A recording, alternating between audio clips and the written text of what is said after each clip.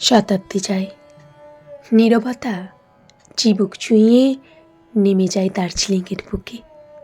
সাদা তুলো মেঘ মেম সাহেবের জুতোর মতো মারিয়ে ফেলে অসুখের দিস্তা খাতা, মারিয়ে ফেলে উপন্যাস। ঘুম স্টেশনের চুপ কথারা রেলগাড়ির শীত ছুঁয়ে আসে হরদম।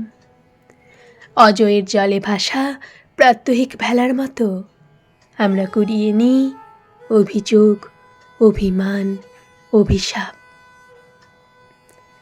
এই যে আমরা যারা কেবল কবিতা লিখি, কারো গল্প হতে পারি না কখনো, যারা অন্যের কাছে নিজেদের বোঝানোর ঠান্ডা যুদ্ধে লড়তে লড়তে ক্রমাগত হয়ে যায় নিজেদের কাছেই দুর্ভেদ্য, তাদের জন্য জোনাকির আলো ভরা একটা কাচের শিশি রাখুক তাদের ঈশ্বর।